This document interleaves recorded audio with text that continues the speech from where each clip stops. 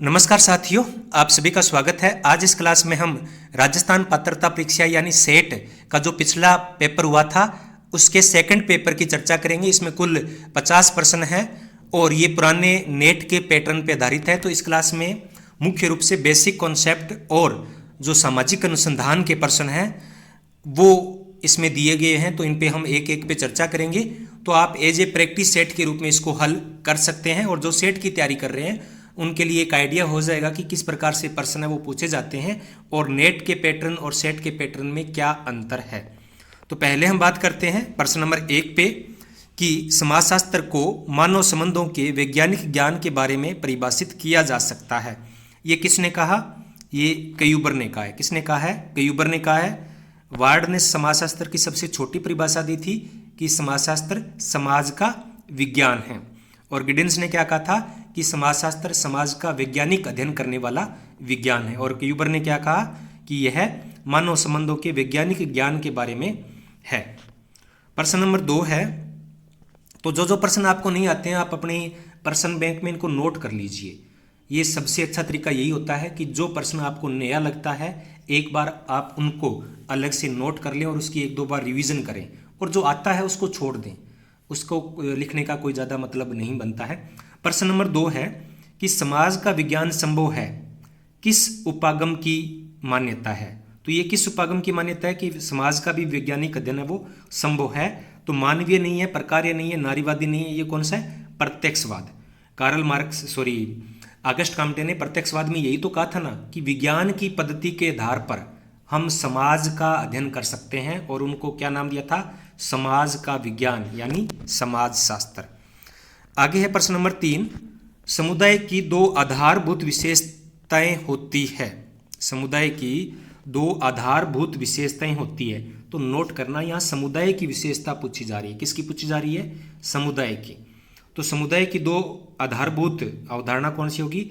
एक तो घनिष्ठता होगी और एक स्थायित्व होगा। समुदाय में स्थायित्व, अब जब आप समुदाय की विशेषताएं पढ़ोगे तो ये दोनों विशेषताएं आपको मिलेगी। विषमता है वो नहीं होती है, संघर्ष है वो नहीं होता है।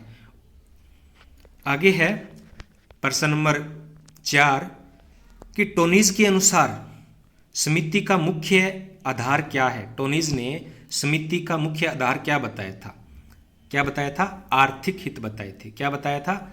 आर्थिक हित है वो समिति का मुख्य आधार है। देखो अपने यहाँ तो समिति है वो अनेक प्रकार की होती है।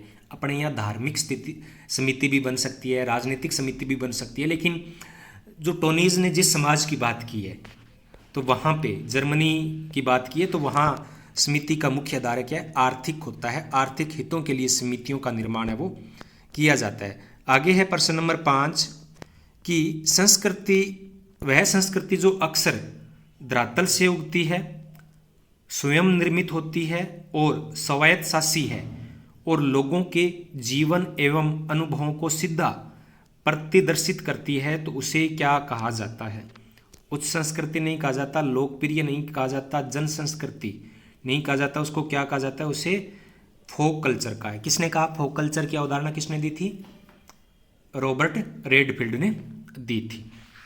यानी जो धरातल से छोटे छोटे समूह की होती है जिसमें लोगों के जीवन का सीधा प्रतिबंध उसमें होता है। देखो जन संस्कृति में भी हो सकता है, लोकप्रिय संस्कृति में हो सकता है, लेकिन लोक संस्कृति के अंदर ये प्रदर्शित है वो स्पष्ट रूप से होती है। प्रश्न नंबर 6 है कि निम्न में से किसे सामाजिक मानदंडों में सम्मिलित किया जा सकता है। तो सामाजिक मानदंडों में हम इन तीनों को ही शामिल करते हैं, कानून को, रूढ़ि को, प्रथा को, लो, मोरम्स और कस्टम, इन सभी को हम मानदंडों में शामिल करते हैं। आगे है परिस्थिति पुंज एवं परिस्थिति अनुक्रम का विश्लेषण किया है। परिस्थिति पुंज एवं परिस्थिति अनुक्रम। परिस्थिति अनुक्रम का होता है परिस्थिति सीक्वेंस, यानी पहले कोई बेटा होता है, फिर वो पिता बन जाता है, फिर वो दादा बन जाता है, फिर वो परदादा बन जाता है, यानी एक के बाद एक एक परिस्थितियाँ आती जाती है। तो इसको हम अंग्रेजी में अच्छे तरीके से समझ सकते हैं, स्टेटस सेट। क्या है? स्टेटस सेट और स्टेटस सीक्वेंस। तो ये अवधारणा किसने दी? शायद आपको पता ही होगा, R.K. मर्टन ने ये अवधारणा दी है। मर्टन ने 3 अवधारणाएं मुख्य रूप से दी थी। मर्टन ने कितनी अवधारणाएं दी थी? 3। Number 1 status set, number 2 role set और नंबर 3 परिस्थिति अनुक्रम। और किंग्सले डेविस ने 4 अवधारणाएं दी थी, ऑफिस, स्टेशन, संतृप्त और परिस्थिति। आगे है विशिष्ट भूमिका को सीखना क्या कहलाता है। प्रश्न नंबर 8 विशिष्ट भूमिका को सीखना क्या कहलाता है। Role playing, role taking, playing at role, role transition. तो क्या हो जाएगा, रोल टेकिंग, रोल को ग्रहण करना, रोल को सीखना, विशिष्ट भूमिका को सीखना। तो ये हम परिस्थिति और भूमिका में अच्छी तरीके से पढ़ चुके हैं, ज़्यादा इन पे डिटेल में हमें अभी जाने की आवश्यकता नहीं है। थोड़ा सा एक्सप्लेन थोड़ा थोड़ा करूँगा क्योंकि सब पे मैंने वीडियोस क्लासें बना चुकी है और वो सारे के सारे प्रश्न जो यहाँ पे आ रहे हैं वो सब उन क्लासों के अंदर है। आगे है प्रश्न नंबर 9 संदर्भ समूह शब्दावली की अवधारणा के रूप में सर्वप्रथम किसके द्वारा प्रयुक्त किया गया। संदर्भ समूह की अवधारणा है वो सर्वप्रथम किसके द्वारा प्रस्तुत की गई। देखो रोजी का तो रोल इसमें कम है, मर्टन, स्टाउफर और हाइमन तीनों ने ही क्या किया है, संदर्भ समूह पे चर्चा की है। सबसे पहले की थी हाइमन ने। हाइमन ने 1942 में इनका लेख था द स्टेटस ऑफ साइकोलॉजी, जहाँ तक मुझे याद आ रहा है, उसमें हाइमन ने पहली बार प्रयोग किया था। फिर किया था स्टाउफर ने सापेक्षिक वंचना के आधार पर संदर्भ समूह की चर्चा की थी। अमेरिकन जो फौजी थे, इनकी पुस्तक का नाम शायद इसी प्रकार से था, द अमेरिकन सोल्जर। तो 2 नंबर पे स्टाउफर ने की, फिर मर्टन ने इनकी चर्चा है वो की है। प्रश्न नंबर 10 है कि निम्न में से कौन से संबंध प्राथमिक समूह बनने का अवसर प्रदान करते हैं। तो संविदा संबंध नहीं होते हैं, व्यवहारिक संबंध, व्यक्तिगत संबंध और विशिष्ट संबंध। तो इनमें क्या होंगे, जो व्यक्तिगत हमारे जो पर्सनल रिलेशन होते हैं उनसे प्राथमिक समूह बनता है। जो विशिष्ट होते हैं यानी स्पेसिफिक होते हैं, व्यवहारिक होते हैं, सुविधा यानी समझौते पर आधारित होते हैं, तो उनसे कभी भी प्राथमिक समूह नहीं बनता है। प्रश्न नंबर 11 है माइंड सेल्फ एंड सोसाइटी पुस्तक नामक पुस्तक है, उसके लेखक कौन है। तो माइंड सेल्फ एंड सोसाइटी किन की रचना है, मीड की है। किन की है, मीड की है। कुल्ले की क्या है, सोशल ऑर्गेनाइजेशन। और किंग्सले डेविस की कौन सी है, ह्यूमन सोसाइटी। और माइंड एंड सोसाइटी पुस्तक इनकी है, माइंड एंड सोसाइटी। सेल्फ काट दो, किसकी है, ऑप्शन में आप मुझे बताओ, मैं अंत में बताऊंगा फिर आपको। माइंड एंड सोसाइटी, अभी हमने पिछले दिनों ही क्लास लगाई है इनकी। आगे है प्रश्न नंबर 12 पियाजे एवं किम्बाल यंग ने समाजीकरण को किस पहलू से समझाया है। पियाजे और किम्बाल यंग ने समाजीकरण को किस पहलू से समझाया है। किस से पहला है मनोवैज्ञानिक एस्पेक्ट में इन्होंने इनकी चर्चा की है। और किम्बाल यंग की जो समाजशास्त्र की परिभाषा है वो भी कहीं ना कहीं साइकोलॉजी से प्रभावित है। क्या कहा था उन्होंने सामाजिक समूह की परिभाषा में या अंत्यक्रिया की परिभाषा में, उन्होंने कहा था कि समाजशास्त्र वो समूह के अंदर व्यक्तियों के व्यवहार का अध्ययन करती है। आगे है कौन सी जनजाति को मात्र वंशी परिवार का प्रचलन है। तो ये तो आप आराम से कर सकते हो, टोडा, संथाल, गारो, गोड। किसमें है, गारो के अंदर। गारो, नायर और खासी, गारो, नायर और खासी, ये 3 जनजातियां हैं, वो मातृवंशीय है। टोडा जनजाति की क्या विशेषता है, टोडा जनजाति में एक तो ये भैंस कल्चर है इनके अंदर, बफेलो कल्चर, भैंस संस्कृति, भैंस को ये टोडम मानते हैं, पवित्र मानते हैं। और इनमें जो बहुपति विवाह है वो दोनों प्रकार का होता है, भ्रातक बहुपति विवाह भी होता है और अभ्रातक बहुपति विवाह भी होता है। आगे है चोर, डाकू, गुंडे एवं वेश्याओं की आवश्यकता है। इनको क्या है, समाजीकृत करने की, पुनर्समाजीकृत करने की या विसमाजीकृत करने की या नकारात्मक की। तो इनका क्या है कि पुनः समाजीकृत करने की इनको आवश्यकता है। वी का मतलब बुलाने की नहीं है, बुलाने के बाद दोबारा इसको पुनर्समाजीकरण में क्या होता है, पहले समाजीकरण होता है। इनका समाजीकरण किस प्रकार का हुआ, चोर का, डाकू का किस प्रकार से हुआ, इनका नकारात्मक रूप से हो गया। अब नकारात्मक रूप से हो गया तो फिर हम क्या करना पड़ेगा, इनको एक बार बी समाजीकृत करना पड़ेगा, यानी जो नकारात्मक चीज़ें सीखी है वो उनको भुलाना पड़ेगा, बी मतलब भुलाना, और फिर उनका पुनर्समाजीकृत उनको हमको करना पड़ेगा। आगे है सामाजिक संस्तरण के सिद्धांत को किसने प्रतिपादित किया। सामाजिक संस्तरण के सिद्धांत को किसने प्रतिपादित किया, तो देखो किंग्सले डेविस एवं विल्फ्रेड मूर, किंग्सले डेविस एवं विल्फ्रेड मूर ने सामाजिक संस्तरण के सिद्धांत को प्रतिपादित किया है। आगे है पवित्रता एवं अपवित्रता को भारतीय असमानता का आधार माना है। पवित्रता और अपवित्रता की चर्चा है वो विशिष्ट रूप से किसने की है, विशिष्ट रूप से किसने की है, लुई ड्यूमा ने की है। किसने की है, लुई ड्यूमा ने पवित्रता और अपवित्रता के आधार पे जाति का विश्लेषण है वो किया है। प्योरिटी और पोल्यूशन, इसको बोल देते हैं सुचिता एवं प्रदूषण, हिंदी में कई बार क्या बोल देते हैं, सुचिता एवं प्रदूषण, लेकिन अंग्रेजी शब्दावली का आप ध्यान रखना, हो सकता है हिंदी में कोई और शब्द आ जाए, तो अंग्रेजी शब्दावली में क्या है, प्योरिटी एंड पोल्यूशन। आगे है प्रश्न नंबर 17 कि जाति प्रजातंत्र में सहायक होती है। जाति प्रजातंत्र में सहायक होती है, 17 नंबर प्रश्न है। इसमें जो आंसर दिया है वो क्या है, रुडोल्फ दिया है। क्या दिया है, रुडोल्फ दिया है। लेकिन हम कई बार जो पढ़ते हैं, मैंने भी पढ़ाया है कि एम.एन. श्रीनिवास ने कहा है कि जाति प्रजातंत्र में सहायक है, और कई जगह योगेंद्र सिंह का भी होता है, तो यहाँ पे है वो रुडोल्फ ने दिया है। मैं जब अगली क्लास लगाऊंगा यानी कल, तो उसमें इस चीज़ को और हम चर्चा करेंगे कि यहाँ पे ये आंसर क्यों दिया है, जाति प्रजातंत्र में सहायक है, ये रुडोल्फ की अवधारणा क्यों मानी है, क्या इसको बाद में डिलीट किया। आगे है कि सामाजिक परिवर्तन के चक्रीय सिद्धांत के प्रतिपादक हैं। चक्रीय सिद्धांत किसने दिया सामाजिक परिवर्तन का, देखो चक्रीय सिद्धांत दिया है वो प्लेटो ने दिया है, और टाइनबी ने दिया है, और स्पेंगलर ने दिया है। 3 लोगों का मुख्य नाम है चक्रीय सिद्धांत के अंदर, प्लेटो, टाइनबी और स्पेंगलर। कई बार ये प्रश्न आप मुझसे बार बार डाउट करते हो कि सर सेरोकिन का जो सिद्धांत है वो भी चक्रीय सिद्धांत है।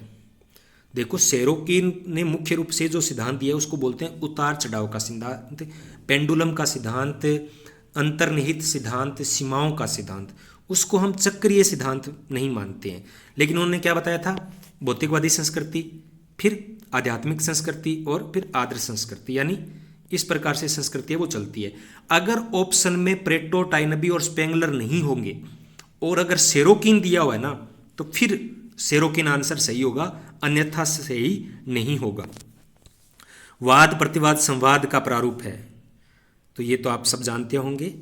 प्रश्न इसका आंसर होगा नंबर 2।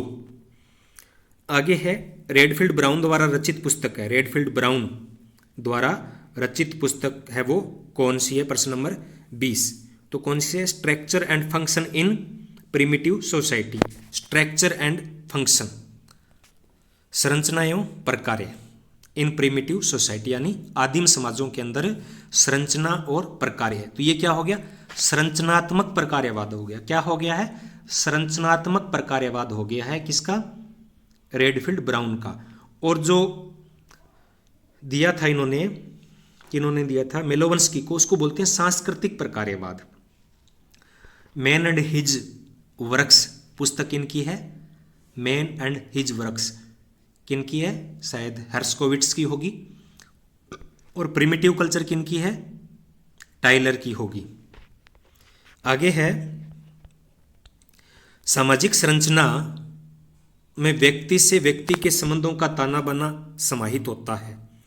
ये किसका कथन है, ये कथन है वो किनका है, तो ये कथन है वो रेडफील्ड ब्राउन का है।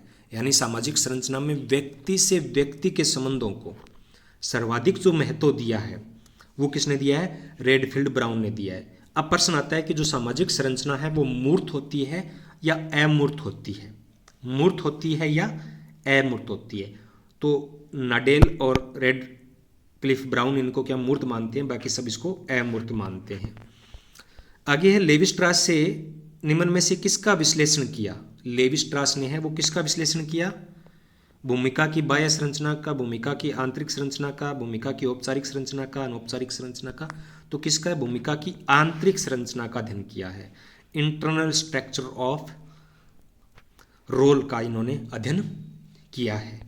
आगे है कि मर्टन के अनुसार आधुनिक समाज में सामाजिक एकता बनाए रखने में धर्म का विकल्प निम्न में से क्या है? आधुनिक समाजों में एकता बनाए रखने के लिए धर्म का विकल्प किसे मानना है मर्टन ने? तो किसे मानना है? श्रम विभाजन को मानना है। किसको मानना है? श्रम विभाजन को मानना है। आगे है social theory and social structure पुस्तक किसने लिखी? तो किसने लिखी है? मर्टन ने लिखी है। किन्होंने लिखी? मर्टन ने लिखी। वेबर के अनुसार निम्न में से कौन सी क्रिया सामाजिक क्रिया के प्रकार में नहीं है? मैक्स वेबर ने सामाजिक क्रिया के कितने प्रकार बताए थे? 4 प्रकार बताए थे। कितने प्रकार बताए थे? 4 प्रकार बताए थे इन्होंने। तार्किक, भावनात्मक, परंपरागत और मूल्यांकनात्मक। 4 प्रकार की क्रिया बताई थी इन्होंने, संविधात्मक क्रिया नहीं बताई थी। प्रश्न नंबर 26 है कि मार्क्सवादी सिद्धांत के अनुसार वर्ग परिभाषित किए जाते हैं। किसके आधार पर परिभाषित किए जाते हैं? उत्पादन के साधनों से उनके संबंध के बारे में। मार्क्सवादी सिद्धांत के अनुसार वर्ग में इन्होंने 3 बताई थी: उत्पादन के साधन, उत्पादन की शक्तियां और उत्पादन के संबंध। उत्पादन के साधन और उत्पादन शक्तियां महत्वपूर्ण है और इनसे ही संबंध बनते हैं। तो कार्ल मार्क्स में मैंने इन पे काफ़ी डिटेल में चर्चा की है और सबसे ज़्यादा कार्ल मार्क्स वाला जो मेरा वीडियो है वही सबसे ज़्यादा रनिंग के अंदर है। आगे है औद्योगिक समाज में श्रम विभाजन भी प्रतिमानहीनता को उत्पन्न करता है। आधुनिक समाज में क्या है? श्रम विभाजन ही प्रतिमानहीनता को उत्पन्न करता है। ये किसने कहा? ये इमाइल दुर्खिम ने कहा। इमाइल दुर्खिम ने प्रतिमानहीनता का मतलब क्या हो गया? एनोमी। क्या हो गया है? एनोमी। तो एनोमी की अवधारणा है वो सर्वप्रथम में किसने दी थी? सर्वप्रथम किसने दी एनोमी की अवधारणा? दुर्खिम ने थी। उसके बाद में किसने दी? किसने दी बताओ, ऑप्शन में आप मुझे बता दीजिए। एनोमी की अवधारणा है वो मुख्य रूप से 2 लोगों के द्वारा दी गई है। पहली दुर्खिम ने, इन्होंने प्रतिमानहीनता यानी एनोमी को श्रम विभाजन का ही कारण इन्होंने माना है। ये प्रश्न मैं इसलिए पूछ रहा हूं ताकि आपको जो एक जैसे होते हैं इनमें अपने को डाउट रहता है, तो डाउट को क्लियर करने के लिए ये प्रश्न मैं आपसे पूछता हूं। तो आप इनका आंसर आता है तो ठीक है, नहीं आता है तो इनके आंसर है वो आप खोजिए। और अगर आपको नहीं मिलेंगे तो मैं इस वीडियो के डिस्क्रिप्शन में मैंने 2 प्रश्न अभी किए आपसे, मैं उनका आंसर आपको दूंगा। आगे है विकास की प्रक्रिया में समाजों का विकास आदिम समाजों से आधुनिक समाज के रूप में हुआ है। ये समझाने में कौन सा सिद्धांत है वो संबंधित है? कौन सा सिद्धांत है कि आधुनिक समाज आदिम समाजों से आधुनिक समाज का जो है वो हुआ है विकास? तो ये किनका समाज समझाता है? ये दुर्खिम के श्रम विभाजन का सिद्धांत समझाता है। किसका समझाता है? श्रम विभाजन। क्योंकि आधुनिकता का 2 प्रकार के बताए थे दुर्खिम ने, मुख्य रूप से 2 प्रकार के समाज बताए थे। कौन कौन से बताए थे? एक सरल या यांत्रिक समाज और दूसरा जटिल समाज यानी औद्योगिक समाज। आगे है प्रश्न नंबर 29 कि परिवार में प्रारंभिक समाजीकरण के बाद विद्यालय समाजीकरण का केंद्रीय अभिकरण बन जाता है। पार्सन्स ने किसके बारे में सच रख दिया? तो हम सोच सकते हैं कि ये शिक्षा के बारे में। किसके बारे में? शिक्षा के बारे में है कि पहले तो परिवार करता है, फिर शिक्षा के माध्यम से विद्यालय उनका समाजीकरण करता है। प्रश्न नंबर है आगे 30 कि पूंजीवादी अर्थव्यवस्था में जन बेरोजगारी कालिक रूप से पाई जाती है, किसके द्वारा समझाया गया है? तो पूंजीवादी अर्थव्यवस्था में ये किसके द्वारा समझाया गया है? पूंजीवाद के सिद्धांत के आधार पे समझाया गया है। पूंजीवाद यानी मांग के आधार पर। तो मांग के आधार पे जो है वो कालिक रूप से, जो मांग कम हो जाती है तब बेरोजगारी है वो कालिक रूप से उत्पन्न होती है। नए काल विशेष के अंदर जब मांग कम होती है तब बेरोजगारी उत्पन्न होती है। प्रश्न नंबर 31 एक मानव समुदाय अपने क्षेत्र में भौतिक शक्ति के वैधानिक प्रयोग का दावा करता है तो उसे क्या कहते हैं? तो उसे क्या कहते हैं? उसे हम कहते हैं राज्य। क्या कहते हैं? राज्य कहते हैं। एक मानव समुदाय, समुदाय यानी क्षेत्र हो गया, भौतिक शक्ति और वैधानिक प्रयोग। तो राज्य के 4 तत्व होते हैं। राज्य के कितने तत्व होते हैं? 4 तत्व होते हैं। 1 जनसंख्या, नंबर 2 भूभाग, नंबर 3 क्या है? सरकार शक्ति। और किस प्रकार की शक्ति? वैधानिक शक्ति, संप्रभुता। तो 4 चीजें ये जरूरी है, जनसंख्या, भूभाग और सरकार, और सरकार के पास संप्रभुता। आगे है elementary forms of religion life, पुस्तक किनके द्वारा लिखी गई है? तो ये तो आप सब जानते होंगे कि इमाइल दुर्खिम ने लिखी थी। इमाइल दुर्खिम की कई पुस्तकें हैं, जैसे कि सबसे पहले इनकी पुस्तक कौन सी थी? 1893 में इनकी पुस्तक आई थी the division of labour in society, 1893 के अंदर। दूसरी पुस्तक कौन सी है इनकी? The rules of sociological method, जिसमें उन्होंने सामाजिक तथ्य की अवधारणा दी थी। तीसरी द सुसाइड, 1897 के अंदर। और ये वाली पुस्तक है वो कौन सी है? 1912 में लिखी गई है। और इन्होंने elementary forms of religion life, यानी धर्म का प्रारंभिक स्वरूप इन्होंने क्या बताया था? टोटमवाद को बताया था। किसको बताया था? टोटमवाद को इन्होंने बताया था। आगे है पार्सन्स के अनुसार निम्न में से कौन सा तत्व सामाजिक व्यवस्था का तत्व नहीं है? तो सामाजिक व्यवस्था में पार्सन्स ने 4 तत्व बताए, लेकिन उनमें भौगोलिक परिस्थिति का वर्णन इन्होंने नहीं किया है। आगे है सामाजिक अनुभव को समझने के लिए सामाजिक दुनिया को सदैव प्राथमिकता दी जाती है। सामाजिक अनुभव को सीखने के लिए, अनुभव को समझने के लिए सामाजिक दुनिया को सदैव प्राथमिकता दी जाती है। ये किसने कहा? तो ये किसने कहा है? ये मीड ने कहा है। किन्होंने कहा है? मीड ने। थोड़ा सा जब हम मीड पे करेंगे तब इसमें थोड़ा एक्सप्लेन करेंगे हम। थोड़ा अभी जल्दी जल्दी कर लेते हैं, एक क्लास अभी और लगानी है आज ही। मानव नए अर्थ बनाने की क्षमता रखते हैं और नवीन रेखाओं के अर्थ बनाते हैं। मानव नए अर्थ का मतलब क्या है? संकेत। संकेत मतलब प्रतीक बनाने की क्षमता रखता है और नवीन रेखाओं के अर्थ बनाते हैं। तो ये क्या हो गया? प्रतीकात्मक अंत्यक्रियावाद हो गया। क्या हो गया? प्रतीकात्मक अंत्यक्रियावाद। आगे है class and class conflict in industrial society, पुस्तक किन के द्वारा लिखी गई है? किन के द्वारा लिखी गई है? डेरोनहॉफ के द्वारा लिखी गई है। लेविस कोजर ने ये कन्फ्लिक्ट जो अवधारणा थी वो सबसे पहले दी थी, वर्ग संघर्ष का सिद्धांत। कोजर का जो वर्ग संघर्ष का सिद्धांत है वो इन सबसे अलग है। इन्होंने संघर्ष के, कॉन्फ्लिक्ट के प्रकारों की चर्चा की है। किन की चर्चा की है? प्रकार्य की चर्चा की। और इन्होंने क्या कहा था प्रकार्य इनको, संघर्ष को, कि ये समाज का सेफ्टी वॉल्व है। क्या है? सेफ्टी वॉल्व है। आगे है 15 नंबर 37 प्रश्न नंबर कि कोजर दुर्खिम की आलोचना करते हैं, फिर भी दुर्खिम की किसी अवधारणा को स्वीकारते हैं। वह अवधारणा क्या है? तो लेविस कोजर उनकी आलोचना करते हैं और उनकी किस अवधारणा को स्वीकारते हैं? तो वो किसकी बात कर रहे हैं? वो सांवे की बात कर रहे हैं। किसकी बात कर रहे हैं? सांवे की।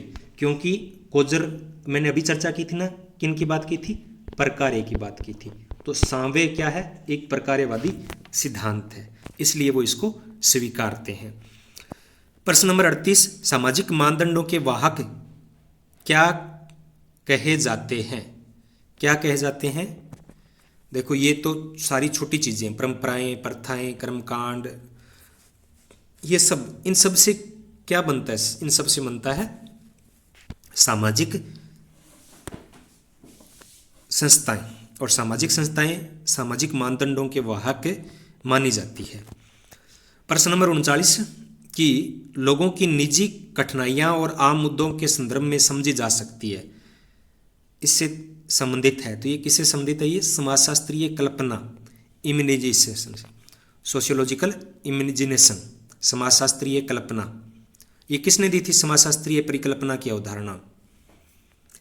सोचिए आप और मुझे कमेंट में ज़रूर बताइए कि ये अवधारणा है वो सर्वप्रथम किसने दी थी, किसने समाजशास्त्र को समाजशास्त्रीय कल्पना कहा था, सोशियोलॉजिकल इमेजिनेशन कहा था। ये मेरा पहला वीडियो था, उसमें मैंने इसको बताया है। प्रश्न नंबर 40 कि प्राचीन भारत में परिवार निवास संपत्ति प्रकार्य के आधार पर संयुक्त था, किसका कथन है? किसका कथन है ये इरावती कर्वे का कथन है कि प्राचीन भारत में परिवार निवास संपत्ति प्रकारों के आधार पर संयुक्त था। आगे है, इसमें देखो आईपी देसाई ने भी चर्चा की है।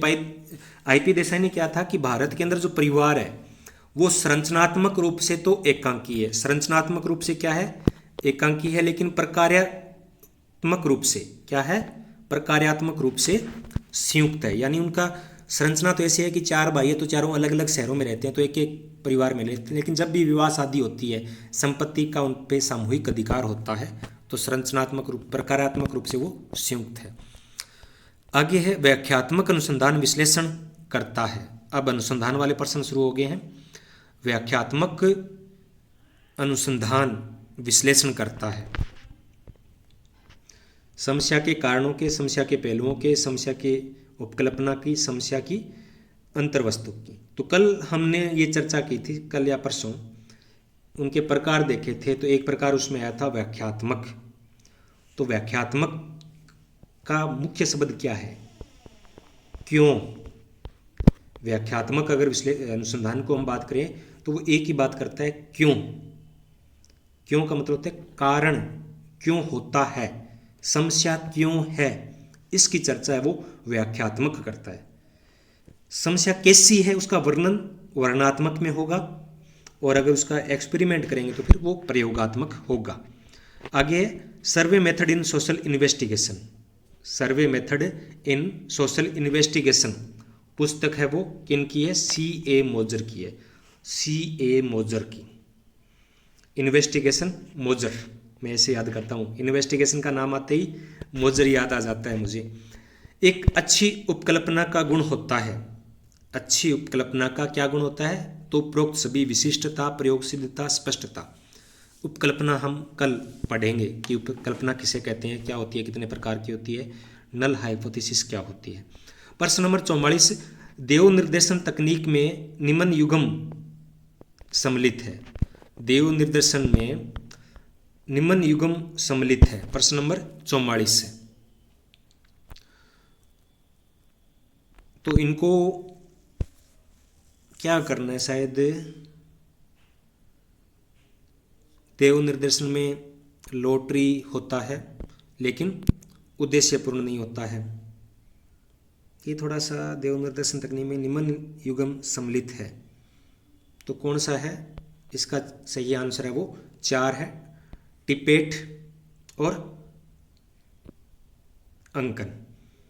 इनकी चर्चा हम कर ही रहे हैं, तो जब सैम्पलिंग को पढ़ेंगे तब इन पे डिटेल में चर्चा करेंगे।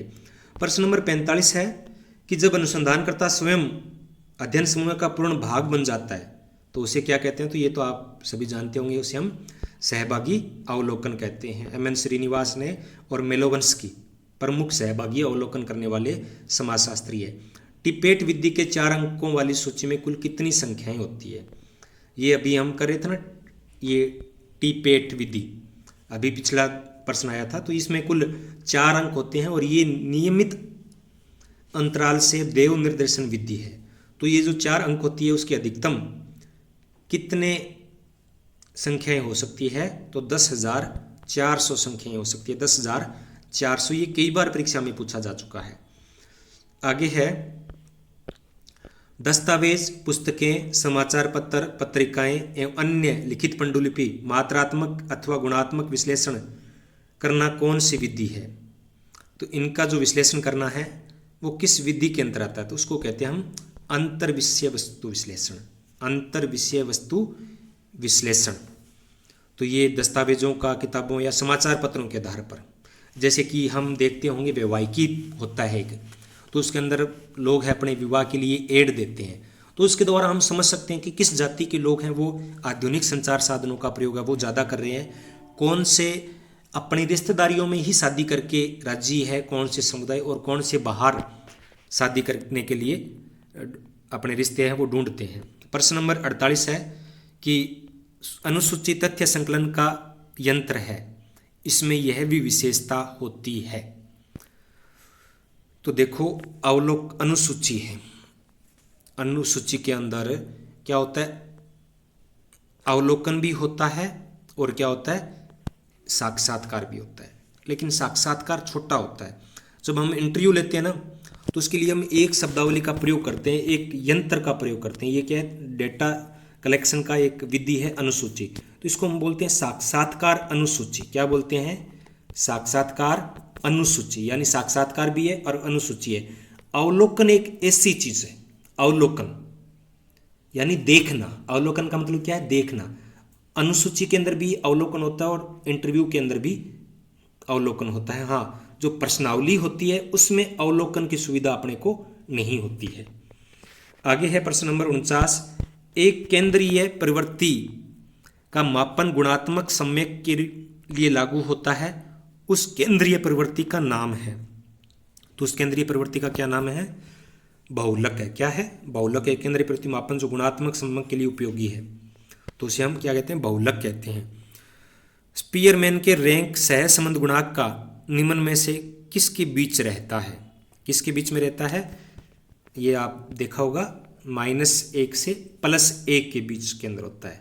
-1 से +1, नकारात्मक बीच का होता है 0, फिर इधर माइनस स्टार्ट हो जाता है, इधर प्लस स्टार्ट हो जाता है।